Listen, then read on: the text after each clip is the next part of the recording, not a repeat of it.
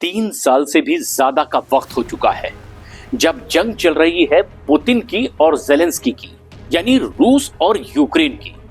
और अब 3 साल से भी ज्यादा वक्त बीतने के बाद अचानक एक ऐसा मोड़ आया है कि पिछले कुछ घंटों में ही रूस ने अपने हमले और ज्यादा तेज कर दिए हैं और एक दो इलाकों पर ही नहीं बल्कि यूक्रेन के लगभग आधे से ज्यादा इलाकों पर कब्जा करने की नीयत से अब रूस के हमले तेजी से होते चले जा रहे हैं। दरअसल इससे पहले कोशिशें बहुत की गई कि किसी भी सूरत में ये यूक्रेन और रूस की जंग थम जाए। कोशिश बहुत अमेरिका भी करता रहा, लेकिन ट्रंप ने जिस तरह का दावा पहले किया था कि अगर मैं अमेरिका का राष्ट्रपति होता तो शायद यूक्रेन और रूस के बीच जंग की ये नौबत ही नहीं आती। चुनाव का मौका आया और फिर उसके बाद ट्रंप ने कह दिया कि अगर मैं राष्ट्रपति बन जाऊं तो जंग रुकवा सकता हूं। बड़ी उम्मीद से ट्रंप को राष्ट्रपति भी अमेरिका की जनता ने बना दिया, लेकिन जैसे जैसे वक्त बीतता चला जा रहा है मानो यूं लग रहा है कि धमाके बढ़ते चले जा रहे हैं। और अब ये पूरी दुनिया देख रही है कि ट्रंप किसी भी सूरत में इस युद्ध को रोक पाने में नाकाम साबित हुए हैं और पुतिन बेखौफ होकर अब अपने मिशन पर आगे बढ़ते चले जा रहे हैं।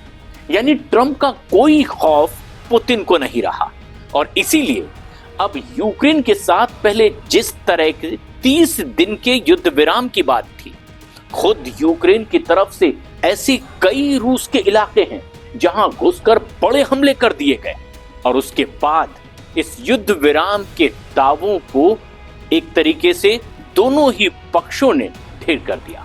लेकिन इसके बाद जिस तरह का जवाब अब पुतिन दे रहे हैं, मानो वो इस युद्ध को अंजाम तक पहुंचाने के लिए अब अपना अंतिम फायर भी कर चुके हैं।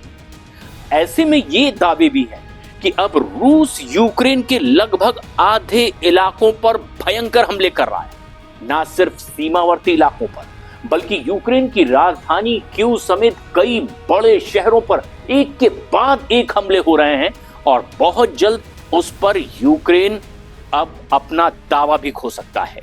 यानी कि रूस अब यूक्रेन के आधे से ज्यादा जमीन पर बहुत जल्द कब्जा कर सकता है। मतलब ये कि इस युद्ध में अब पुतिन जैसा चाहते हैं वैसा अख्तियार करते हैं अपना रोल और ट्रंप की कोई भूमिका यहां पर सकारात्मक नहीं दिखाई दे रही। मानो ये कि ट्रंप अब पूरी तरीके से हताश हो चुके हैं। ऐसे में एक सबसे अहम बात यह भी है कि अब पुतिन ने कह दिया है कि जो वो चाहते हैं अंजाम इस युद्ध का वही होगा। दरअसल पिछले कुछ वक्त में यूक्रेन ने नेटो और अमेरिका के शय पर रूस के कुछ ऐसे बड़े इलाकों में अपने हमले तेज किए, वहां पर अपनी पैठ का दावा भी किया। लेकिन इसके बाद ही पुतिन ने अपनी रणनीति बदल दी और उस रणनीति के तहत पुतिन ने उन ना सिर्फ इलाकों को यूक्रेन के कब्जे से आजाद करवाया बल्कि हमले यूक्रेन के भीतर तक करने लगा। और वो इस लिहाज से कि अंतरराष्ट्रीय स्तर पर वो ये बता सके कि दरअसल जिस तरह से नेटो की और यूक्रेन की सेना रूस के उन खास इलाकों में पहुंच चुकी थी, पुतिन ने अपने ही देश के उन इलाकों को आजाद कराने के लिए ये बड़े हमले किए और वहां से यूक्रेन के और नेटो के उन तमाम सैनिकों का खात्मा कर दिया। यानी पुतिन ये चाहते हैं कि अब दुनिया ये मान ले कि वो हमलावर नहीं बल्कि अपनी ही जमीन और देश के रक्षक हैं और इसी दिशा में ये युद्ध बढ़ता चला जा रहा है। अब पुतिन इतने आक्रामक हो चुके हैं कि 50% से भी ज्यादा यूक्रेन के इलाके पर पूरी तरह से कब्जा करने के लिए तैयार है, क्योंकि कीव समेत ऐसे कई बड़े इलाके हैं जो पूरी तरीके से अब वो खाक करने के लिए आगे बढ़ चुके हैं। लगता यह है कि बहुत जल्द पिछले कुछ हमलों का बदला लेकर अब पुतिन इस युद्ध को खत्म कर देना चाहते हैं। देखना यह है कि आने वाले वक्त में और कितने बड़े हमले होंगे और पुतिन का जैसा इरादा दिखाई दे रहा है कि हमले अब जितने बड़े होंगे रूस की ओर से ये युद्ध उतने जल्द ही खत्म होगा।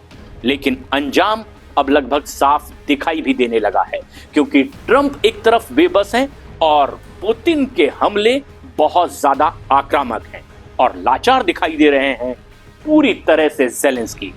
यानी अब इस युद्ध का अंजाम बहुत जल्द जमाने के सामने होगा।